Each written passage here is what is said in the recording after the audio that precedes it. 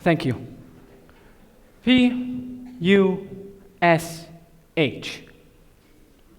A relatively small word when you think about it, but it brings up a greater belief than you imagine. We all face adversity and change. It's part of our character. It builds us and makes us grow into who we are today. But we often overlook what creates that change. That's the decisions that we make every single day. When I understood the meaning and the importance of these decisions, I kept on thinking, what really made me make these decisions? What makes us take this step? And that's what I've come up with today. I felt lost without it, but now I've found it. And I call it the push. Why? Because it's made of everything that we bury deep inside us. Our fears, our desires, our experiences, memories, all bundled up together, and eventually pushes us into action. We've all experienced this in our lives, but let me give you an example as to when I first truly understood what it was. On my first transfer from my old school to my current one. This is one of the most important decisions in my life. See, as a child, I was very sensitive. See, I'd often cling to a lot of things, like inanimate objects, and get sad or even cry when I had to let go of them, like throwing a toothbrush or a pen when I ran out of ink. And of all the things that I clung to my old school's building the most.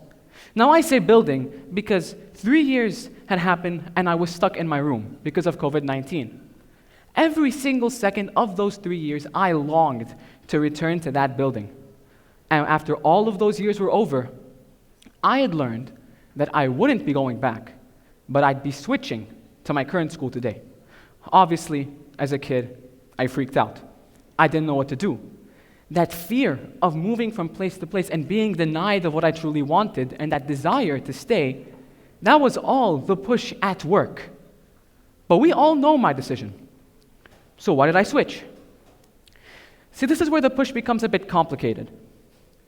My parents, thanks Mom, gave me the decision to switch. If I didn't want to, I would have stayed there.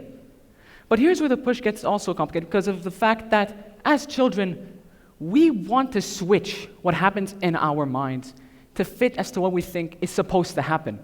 While my parents wanted me to do the switch, my mind forced it and made it so that I thought that they were forcing me to switch.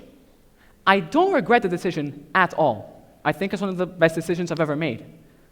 But the rocky road, the stumbly way that I got there was really unhealthy. And if that was any other decision, I would have regretted it. And that's why we need to know how to control it. Because if we're not controlling it, then just really important part of who we are, desires, fear, all of what I said before, is just running around without any control whatsoever. You need to control it. And how do we do that? It's simple. It's called using counterweight. And I'll give you an example. Sure, I made the switch, but life doesn't end there. You have to do the actual hard part of learning to fit in, being happy with who you are. And this is one example that I did. I want to feel confident about myself. That's what pushing me up. But I'm scared that I'll be picked on. That's what's pushing me down. Now, you see, for that, you have to understand that even though you might get picked on, you must always strive forward to your desire, because the desire matters more in this context. You need to understand that even though the desire has something, the fear is also important, and you must push through that. That's why they fit in, like a puzzle. The push will always be there, but so will you. So whenever you think of a decision, ask yourself, is this really me, or just this small part of me, the push speaking? Because the push isn't all that you are. It's you without morality.